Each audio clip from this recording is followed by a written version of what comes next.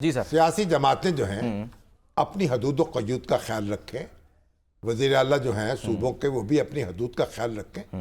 آج تک پاکستان کی پوری تاریخ میں جو صوبے مطالبہ کرتے رہے ہیں اختیارات کا، خود مختاری کا، اور 18ویں ترمیم کی منظوری کے بعد تو ملی اختیار یہ بہت پورا ہو چکا ہے خود مختاری کا مطالبہ، لیکن کسی صوبے نے یہ مطالبہ نہیں کیا کہ خارجہ تعلقات جو ہیں وہ بھی میرے حوالے کر سر دیں۔ ذرا سنیں انہی کی زبانی۔ شیخ مجیب الرحمان جو ہے نا، ان کے 6 نکات میں بھی یہ بات نہیں تھی اچھا، کہ خارجہ پالیسی جو ہے وہ صوبہ بنائے گا۔ ایگزیکٹلی سر، ذرا انہی کی زبانی سن لیتے ہیں کہ جب گوشہ نشینی سے باہر آئے ہیں تو کیا کہہ رہے تھے وہ کہ میں کیا کرنے جا رہا ہوں یا میں کیا کرنا چاہتا ہوں۔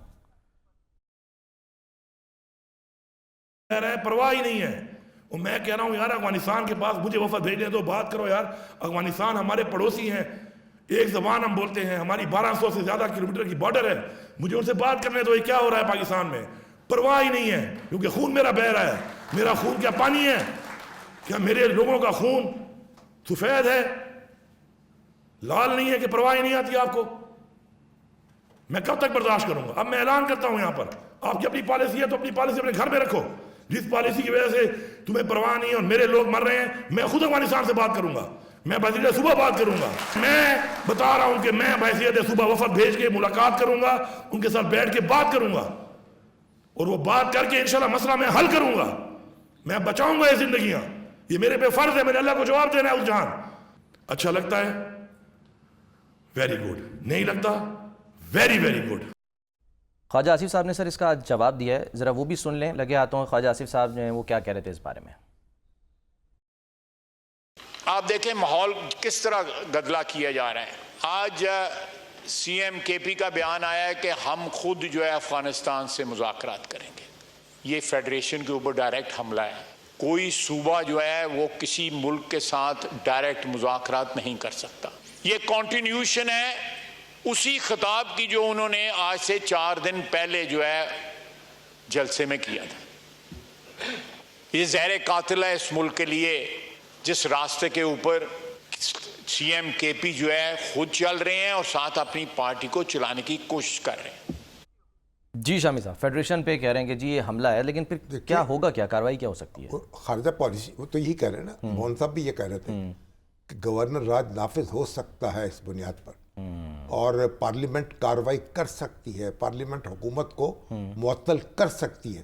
اور دیکھیں یہ جو گنڈا پور صاحب کہہ رہے ہیں، ان کو یہ کہنا چاہیے تھا کہ میں وفاقی حکومت سے درخواست کروں گا کہ مجھے موقع دیا جائے بات چیت کرنے کا، مجھے اختیار دیا جائے کہ میں یہ بات چیت کر سکوں اور افغانستان کی حکومت سے اور مسئلے کو حل کر سکوں۔ جیسے ماضی میں ہم نے دیکھا لوگ جاتے رہے، لیکن یہ ان کا اختیار نہیں ہے، یہ تجاوز ہے اور یہ ان کو مہنگا پڑ سکتا ہے۔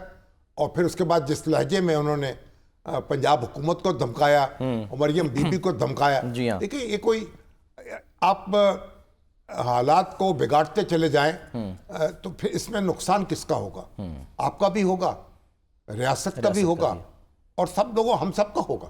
اور ابھی آج جو عمران خان صاحب نے ایک بریک لگائی ہے نا، جی آج یہ جو احتجاج کی کال واپس لی ہے، تو وہ درست لگائی ہے، اور ان کی تقریر سے بھی اپنے آپ کو ڈسٹنس کیا ہے کہ جو انہوں نے اخبار نویسوں کے بارے میں جو الزامات لگائے، انہوں نے کہا نہیں، اخبار نویسوں کو انہوں نے کہا کہ آپ بہت کام کر رہے ہیں اور بڑی اپنی دلیری سے اور ضرورت سے اپنے فرائض انجام دے رہے ہیں، رسک لے رہے ہیں، تو میں آپ کے ساتھ کھڑا ہوں۔ بالکل اس پر سر ہم ذرا دیکھیے نا، وہ تو سوشل میڈیا پہ تو وہ جو اخبار نویس ہیں ان کی تصویریں لگا کے، سر اس کے ہم ذرا جاتے ہیں کیونکہ احمد بھٹی صاحب بھی ہمیں جوائن کریں گے، ڈیٹیل سے ان سے بات کریں گے۔ انہی کا ایک اور بیان گنڈا پور صاحب کا، کہ جب یہ واپس نمودار ہوئے ہیں خود غائب تھے اور آنے کے بعد کہہ رہے ہیں کہ جی میں آزادی چاہتا ہوں۔ ذرا سنتے ہیں انہوں نے کیا کہا اس بارے میں، سافٹ ویئر اپڈیٹ کی بات۔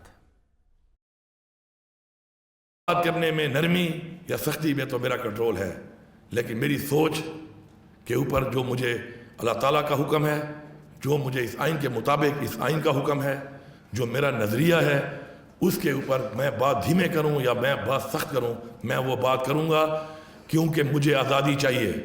میرے آباء و اجداد نے اس آزادی کے لیے جانی اور مالی قربانیاں دی ہیں، اور اگر میں اپنی آزاد سوچ کو اسی طرح سے کنورٹ نہیں کروں گا، اپنے بچوں کے لیے تو کل میرے بچے غلام بنیں گے.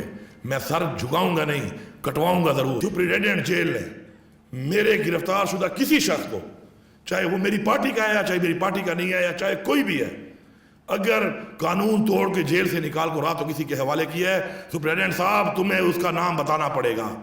تجھے طوطے کی طرح میں بلواؤں گا اور تو نام لے گا, ورنہ اگر سافٹ ویئر اپڈیٹ تیرا وہاں سے ہو سکتا ہے تو تیرا سافٹ ویئر اپڈیٹ یہاں بھی ہو سکتا ہے.